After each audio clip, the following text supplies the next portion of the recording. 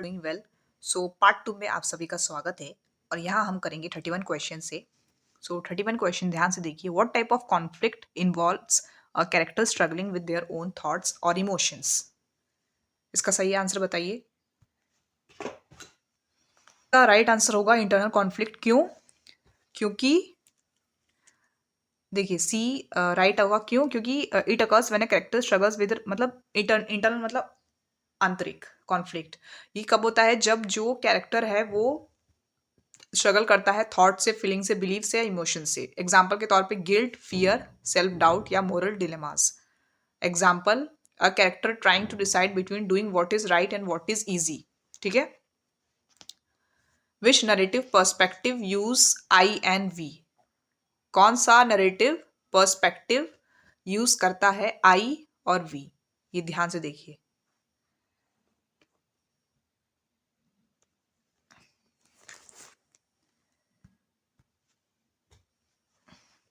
Is called first point of view.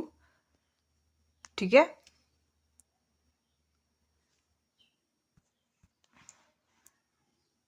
Answer होगा first person I we, क्योंकि first person में आई we होता है, सेकंड पर्सन में यू होता है, थर्ड पर्सन लिमिटेड में ही शी होता है, सिर्फ एक कैरेक्टर के थॉट्स, और थर्ड पर्सन ऑमनिसेंट में ही शी सब कैरेक्टर्स के थॉट्स होते हैं। ठीक है। अब बढ़ते हैं हम 33। Which point of view addresses the reader directly using you? Team में आपका राइट आंसर होगा बी, सेकेंड पर्सन। ठीक है।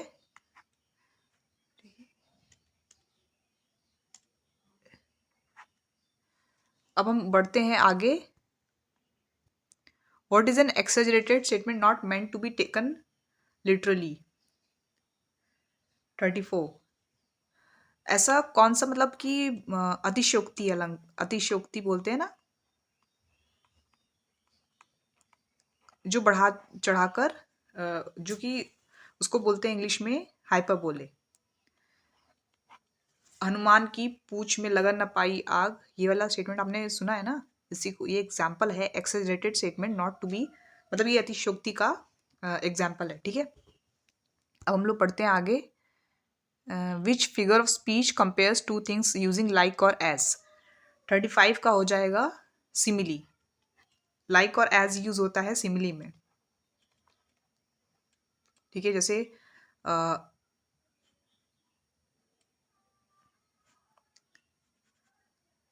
और एज, जिसे हम बोलते हैं ना, cloud is as dark as black ink. ठीक है। और like be similar. What term refers to the author's attitude towards the subject or audience?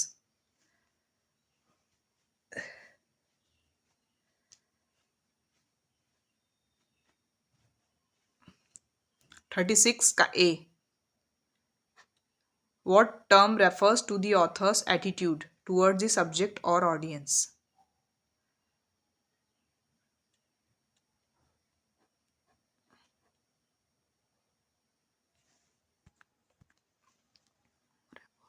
Authors का एटीट्यूड है सब्जेक्ट और ऑडियंस के प्रति, उसे हम कहेंगे टोन। ठीक है।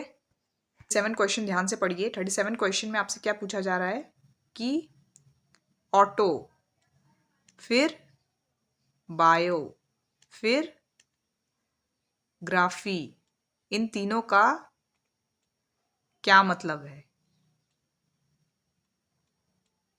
ठीक है।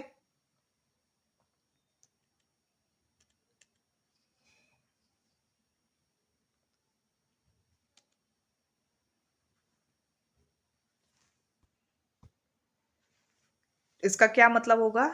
37 का B, self life writing. Auto मतलब self, bio means life, graphy मतलब राइटिंग। ठीक है। ऑटो मतलब सेल्फ होता है, बायो मतलब लाइफ, और ग्राफी मतलब राइटिंग। ऑटोबायोग्राफी, खुद की लाइफ की राइटिंग। देखो, ऑटो का मतलब सेल्फ होता है, तो सेल्फ इन दोनों में है। नन ऑफ दिस हम लोग डायरेक्ट कैसे देख लेंगे, पहले हम लोग देखेंगे कि किस में पॉसिबिलिटी है। सेल्फ मतलब ये दोनों ऑप्शन नहीं होंगे, एलिमिनेट करना है आपको, ठीक है। फिर बायो, बायो मतलब सेल्फ, अरे सॉरी, बायो मतलब ऑटो मतलब सेल्फ, बायो मतलब लाइफ। तो पहले सेल्फ है फिर लाइफ है, ये क्या राइटिंग। बायो मतलब कहीं से आपको राइटिंग लगता है क्या, ये तो एकदम नहीं हुआ बचा ये ऑप्शन, ये एकदम सही है, ठीक है। अब हम लोग आगे बढ़ते हैं। 38, memoir is derived from the Latin word, ये आपका डायरेक्ट क्वेश्चन हो गया। मेमोयर कहाँ से आया है, memoir is derived from the Latin word, कहाँ से आया मेमोयर, मेमोरिया, ठीक है। ये तो आपको मतलब डायरेक्ट ही क्वेश्चन था, उसमें पिछले क्वेश्चन में आपको थोड़ा ट्रिक किया था। What is the meaning of the word tone, अब यहाँ पूछा है कि टोन वर्ड जो है इसका मीनिंग पूछा है हमसे, टोन वर्ड का मीनिंग पूछा है, तो टोन का मतलब होता है attitude, A option right. What is the meaning of mood, अब यहाँ हमसे वर्ड के मीनिंग पूछे जा रहे हैं, तो मीनिंग ये mood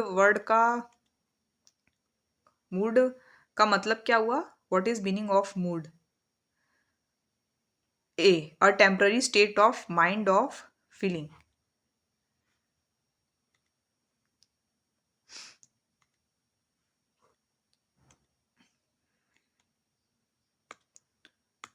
a temporary state of mind of feeling.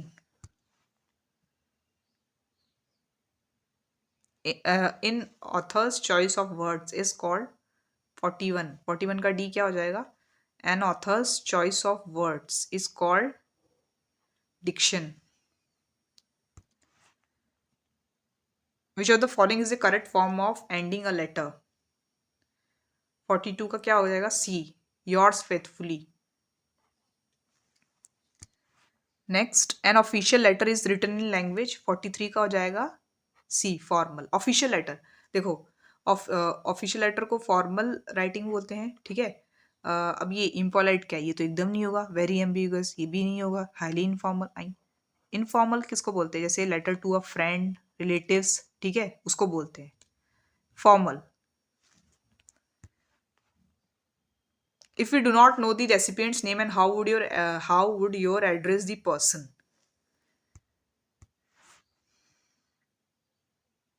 if you do not know the recipient's name how would you address the person, अगर आपको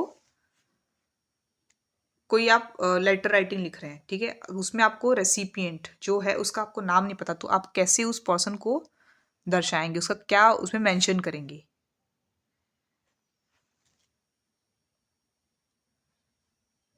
ये देखो, वेट,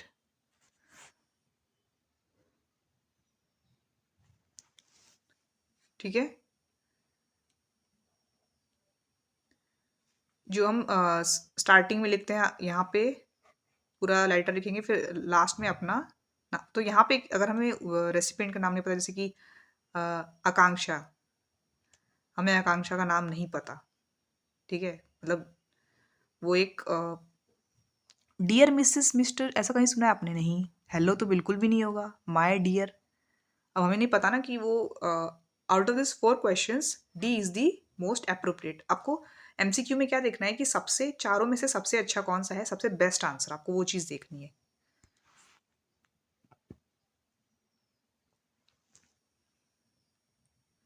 अब हम देखेंगे 45 क्वेश्चन, 45 देखना है फॉर्मल लेटर्स,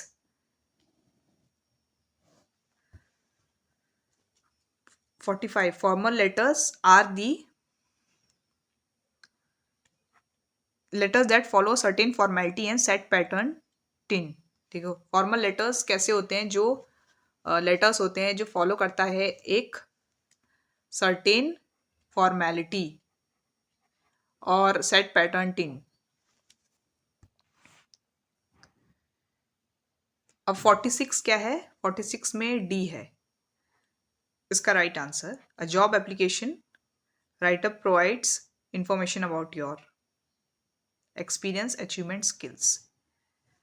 देखो, एक जॉब एप्लीकेशन है, जॉब एप्लीकेशन लेटर, वो तुम्हारे बारे में क्या बताता है? एक्सपीरियंस बताता है, अचीवमेंट बताता है, स्किल बताता है, तीनों चीज़ें बताता है, तो इसका आंसर डी होगा। अब मुझे 47 का कोई आंसर बताइए। Which among the following is not a fictionalised autobiography? आपने पढ़ा होगा ना, फिक्शन,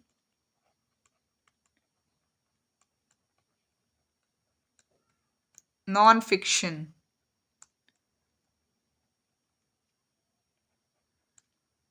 देखो आपने ये ध्यान से पढ़ा होगा, फिक्शन, नॉन फिक्शन, ठीक है।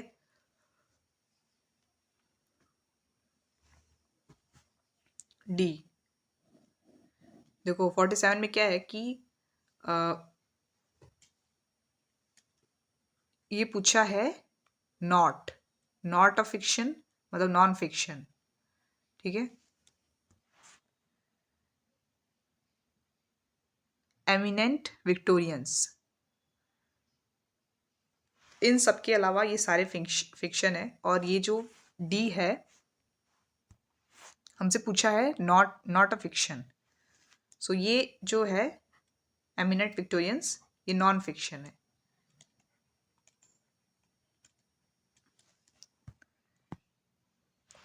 What is a term use to denote imagery related to sea speed? ऐसा कौन सा टर्म है जो सी स्पीड से रिलेटेड है इमेजरी? क्या आंसर होगा? D, kinaesthetic imagery.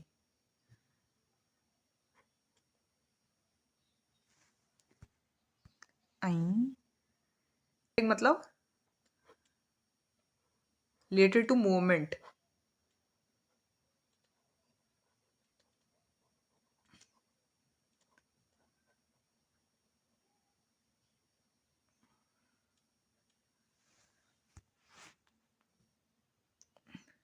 The periodical essay flourished in, देखो 49 का क्या हो जाएगा? C, the periodical essay flourished in 18th century.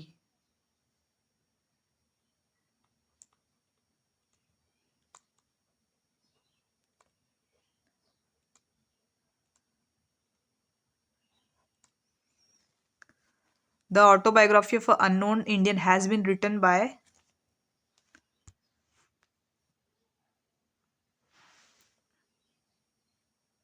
50 का हो जाएगा D, Nirad, C, Chaudhuri. The autobiography of an unknown Indian has been written by, देखो जो एक बुक है the autobiography of unknown Indian, उसके पूछा है कि वो कब लिखी गई है, तो ये आपको पता होना चाहिए, नायर्ड सी चौधरी। मैंने आपको शुरू में भी ये चीज़ कही है कि आप जो इम्पॉर्टेंट बुक्स हैं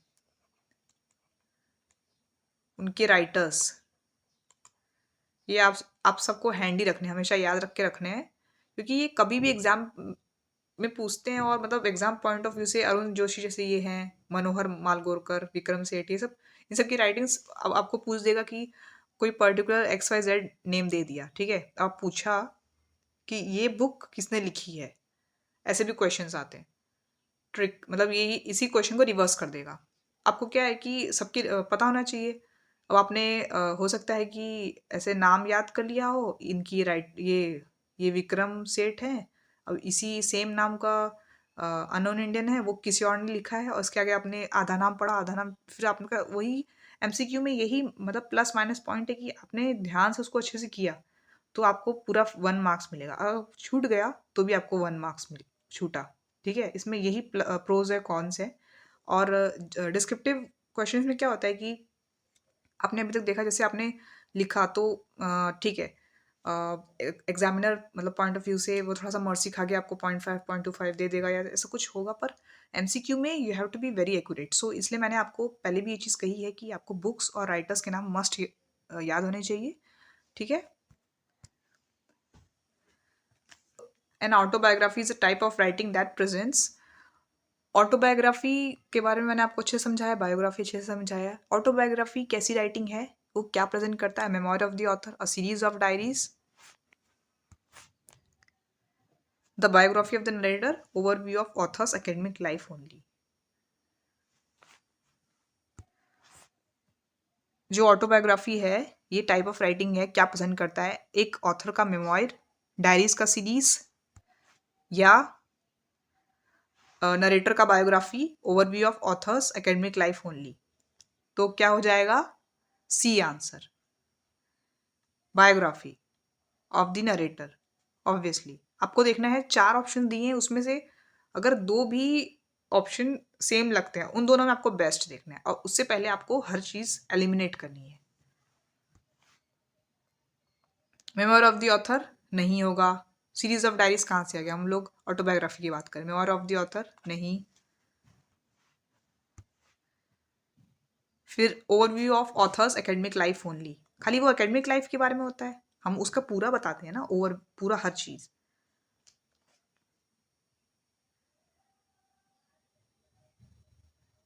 So the biography of the narrator will be the right answer. Next is pathos is derived from a Greek word that means 52 का C देखो, सफरिंग और एक्सपीरियंस। पैथोस कहाँ से निकल के आता है? सफरिंग या फिर एक्सपीरियंस से।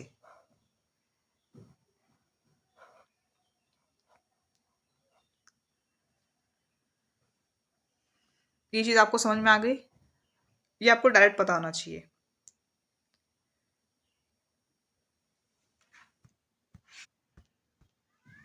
क्या बोल रहा है? So that hope all you are doing preparing well for your exams. So please like and subscribe my video. Thank you.